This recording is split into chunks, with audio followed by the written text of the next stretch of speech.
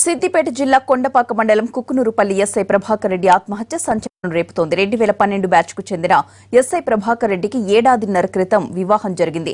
కొంతకాలం క్రితం కొడుకు పుట్టడంతో 15 రోజుల సెలవుపై వెళ్లి కుక్కునూరుపల్లికి తిరిగొచ్చేశాడు. బుధవారం విధులకు హాజరు కావాల్సిన ప్రభాకర్ రెడ్డి పోలీస్ క్వార్టర్స్ లోని తన గదిలోనే కణతపై గన్తో కాల్చుకుని ఆత్మహత్యకు పాల్పడ్డాడు. ఎస్ఐ ప్రభాకర్ రెడ్డి ఆత్మహత్య స్థానికంగా అలజడి రేపింది. ఇటీవలి కాలంలో జిల్లాలో 3 పోలీసులు ఆత్మహత్య చేసుకుని చనిపోయారు. 10 నెలల క్రితం ఇదే పోలీస్ స్టేషన్లో ఇదే గదిలో రామకృష్ణారెడ్డి అనే ఎస్ఐ కూడా ఆత్మహత్య చేసుకున్నాడు. అతని స్థానంలో వచ్చిన ప్రభాకర్ రెడ్డి కూడా సూసైడ్ చేసుకోవడంతో ఉన్నతాధికారుల వేధింపులే కారణమంటూ గ్రామస్తులు వందల సంఖ్యలో ఘటనా స్థలానికి చేరుకుని ఆందోళనకు దిగారు. రాజీవ్ రహదారిని దిగ్బంధనం చేశారు. గ్రామస్తుల ఆందోళనతో పోలీసు యంత్రాంగం కదిలింది. దీనిపై ఏకంగా డీజీపీ అనురాగ్ శర్మ జోక్యం చేసుకున్నారు. ఎస్ఐ సూసైడ్ వెనుక కారణాల విచారణ జరపాల్సిందిగా అదనపు డీజీ గోపీకృష్ణతో పాటు హైదరాబాద్ ఐజీ స్టీఫెన్ రవీంద్రను కూడా డీజీపీ ఆదేశించారు. ఎస్ఐ ప్రభాకర్ రెడ్డి ఆత్మహత్యకు హైదరాబాద్ లో బ్యూటీషియన్ శిరీష మరణానికి సంబంధం ఉందని పోలీసుల ప్రాథమిక విచారణలో తేలింది. ఇదే విషయాన్ని మీడియా కూడా ప్రసారం చేసింది. అయితే జనంలోకి చేరిన కొందరు అల్లరి మూకలు మీడియాపై తమ ప్రతాపాన్ని చూపించారు. కుకునూరుపల్లి పోలీస్ స్టేషన్ ముందే ఉన్న ఎన్టీవీ డిఎస్ఎన్జీ వ్యాన్ పై రాళ్లదాడి మొదలుపెట్టారు. వాహనాన్ని పూర్తిగా ధ్వంసం చేసి ఆ తర్వాత నిప్పు పెట్టారు. పోలీస్ స్టేషన్ ముందే ఇంత జరుగుతున్నా అక్కడే ఉన్న పోలీసులు ఏమీ చేయలేకపోయారు. అల్లరి మూకలను చెదరగొట్టలేకపోయారు. పదుల సంఖ్యలో పోలీసులున్నప్పటికీ ఎన్టీవీ డిఎస్ఎన్జీ వాహనం తగలబడిపోతుంటే పోలీసులు కూడా నిశ్చేష్టులుగా చూస్తూ ఉండిపోయారు. ఎన్టీవీ డిఎస్ఎన్జీ వ్యాన్ తగలబెట్టడం వెనుక కారణాలను ఆరా తీస్తున్నారు పోలీసులు. అసలు కుకునూరుపల్లి పోలీస్ స్టేషన్ దగ్గరికి అన్ని వందల మంది ఎలా వచ్చారనే దానిపై పోలీసులు దృష్టి సారించారు.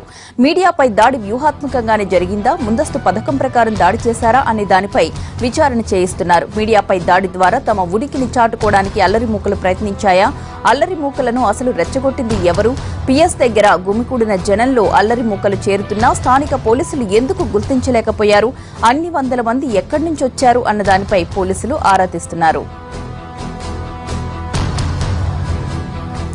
ఎస్ఐ ప్రభాకర్ రెడ్డి ఆత్మహత్యకు హైదరాబాద్ లో బ్యూటీషియన్ శిరీష మరణానికి లింక్ ఉందా? అసలు ఈ కేసుపై పోలీసులు ఏమంటున్నారు? దీనికి సంబంధించిన పూర్తి అప్డేట్స్ మా ప్రతినిధి రాధాకృష్ణ అందిస్తారు. ప్రస్తుతం బంజారాయిల్స్ పోలీస్ స్టేషన్ లోనే రాజీవ్ తో పాటు అతని స్నేహితుడు శ్రవణ్ ఇద్దరు ఉన్నారు. నిన్న ఉదయం వీళ్ళని అదుపులోకి తీసుకోవడం జరిగింది. రాజీవ్ ఆర్జే ఫోటోగ్రఫీని నిర్వహిస్తున్నాడు. ఇతనితో పాటు ఇతని స్నేహితుడు శ్రవణ్, అలాగే చనిపోయిన అనుమానాస్పద మృతి చెందిన శిరీష, వీళ్ళు ముగ్గురు కలిసి కూడా సోమవారం నాడు రాత్రి కుకునూరుపల్లికి వెళ్లారు అనేది పోలీసులు ఆధారాలు సేకరించారు. ఆ రోజు కుకునూరుపల్లిలో కూడా ఎస్ఐ ఇంట్లో వీళ్ళు ముగ్గురు సమావేశమయ్యారు. దీని కారణం కూడా రాజీవ్కి సంబంధించిన గర్ల్ ఫ్రెండ్ తేజస్విని ఉన్నది. తేజస్వినికి ఈ శిరీష, చనిపోయిన శిరీషకి ఇద్దరి మధ్య కూడా కొంతకాలంగా వివాదం కొనసాగుతుంది. తేజస్వినికి రాజీవ్కి సంబంధించిన శిరీష మధ్య కొంత అనుమానాలు కూడా ఉన్నాయి. ఆమెకి శిరీష చేయబట్టే తన దగ్గరికి రాజు రావట్లేదన్నట్టు కూడా తేజస్విని అనేక అనుమానాలు వ్యక్తం చేయడం, గత కొద్ది కాలంగా వీళ్ళిద్దరి మధ్య వివాదం కొనసాగుతూ ఉండడం జరిగింది. ఈ నేపథ్యంలోనే సమస్యను పరిష్కరించేందుకు రాజీవ్ స్నేహితుడు శ్రవణ్ రంగంలోకి దిగడం, అతను తనకు పరిచయస్తుడు స్నేహితుడుగా ఉన్న ఎస్ఐ ప్రభాకర్ రెడ్డి దగ్గరికి వెళ్లి తమ సమస్యను పరిష్కరించుకుందాం అనేది కూడా అతను చెప్పడం జరిగింది. ఈ క్రమంలోనే వాళ్ళు సోమవారం నాడు రాత్రి వెళ్లారు. మంగళవారం నాడు ఉదయం శిరీష అనుమానాస్పద స్థితిలో మృతి చెందింది.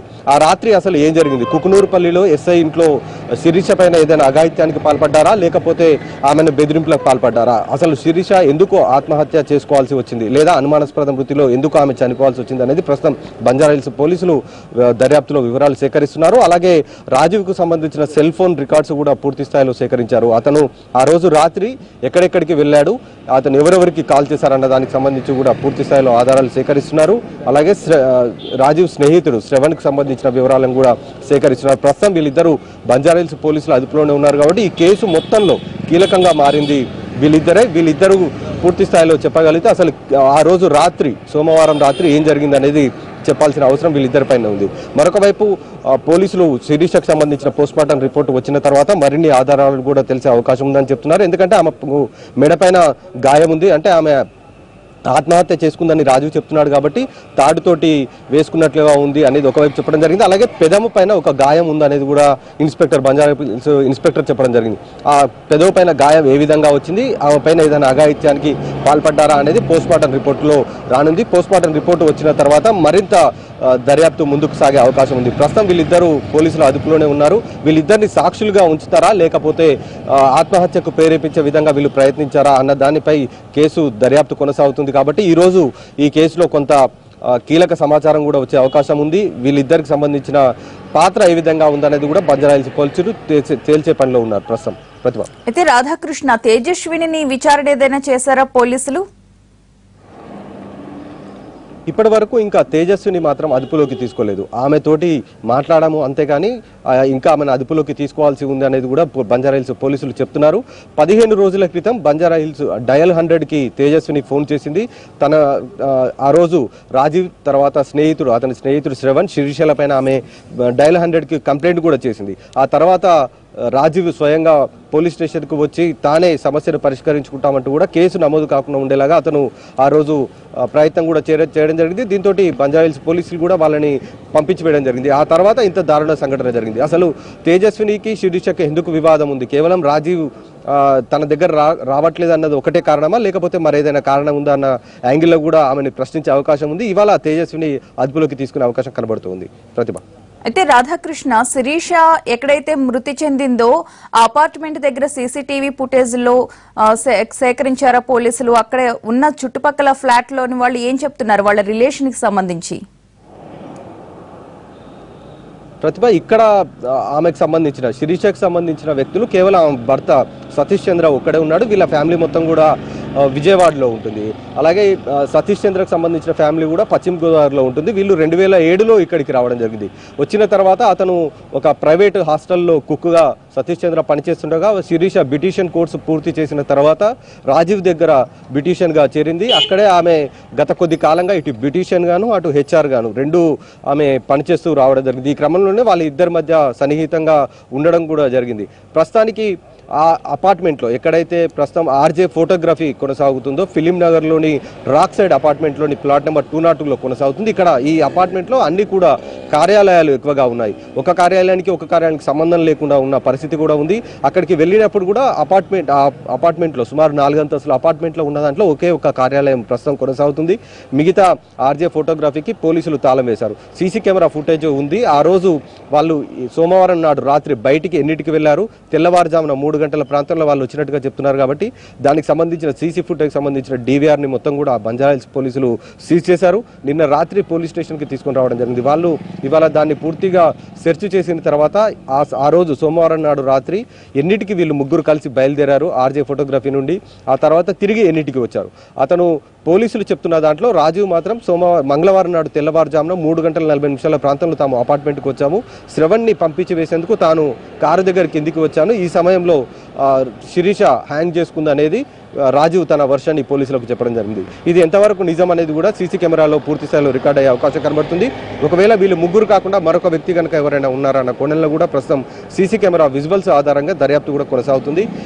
DVRని ఇప్పటికే స్వాధీనం చేసుకున్నారు కాబట్టి సంబంధిత టెక్నీషియన్స్ ద్వారా ఈ సీసీ కెమెరాల ఫుటేజ్ని పరిశీలించే అవకాశం కూడా ఉంది.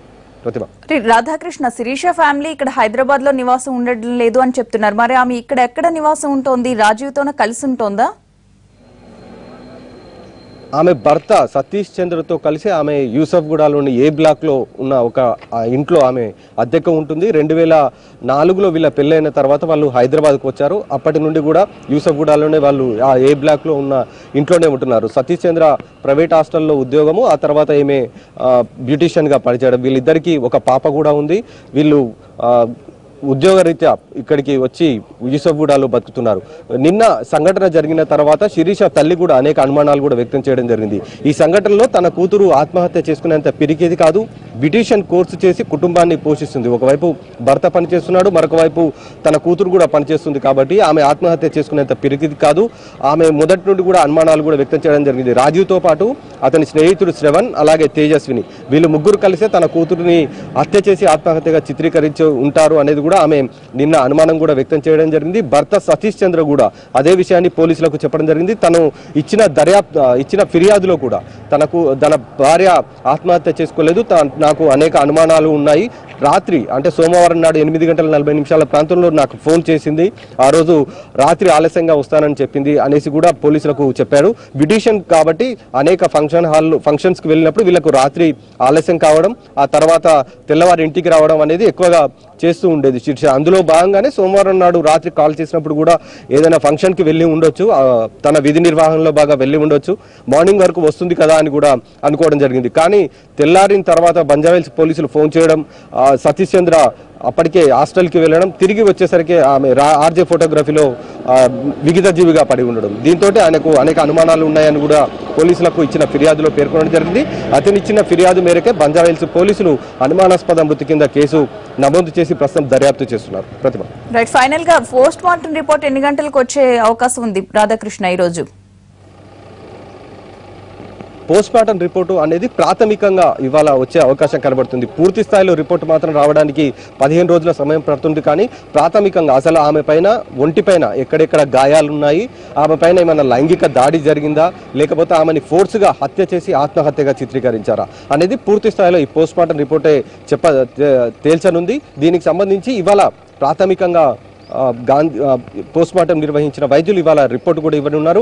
ఆ రిపోర్టు ఆధారంగా వీళ్ళిద్దరిని విచారించనున్నారు. ఒకవేళ ఆ పోస్ట్ మార్టం రిపోర్ట్లో గనక ఆమెపై లైంగిక దాడి జరిగిందంటూ గనక ఒకవేళ వస్తే మాత్రం కేసు దర్యాప్తు చాలా కీలకంగా మారబోతుంది. ఇందులో రాజీవ్, శ్రవణ్లు చాలా కీలకంగా ఉండబోతున్నారు. వాళ్ళని సాక్షులుగా మారుస్తారా, నిందితులుగా మారుస్తారా అనేది కూడా పూర్తి పోస్ట్ మార్టం రిపోర్టు తెలుసనుంది. Right, thank you Radhakrishna. Break తీసుకుందాం.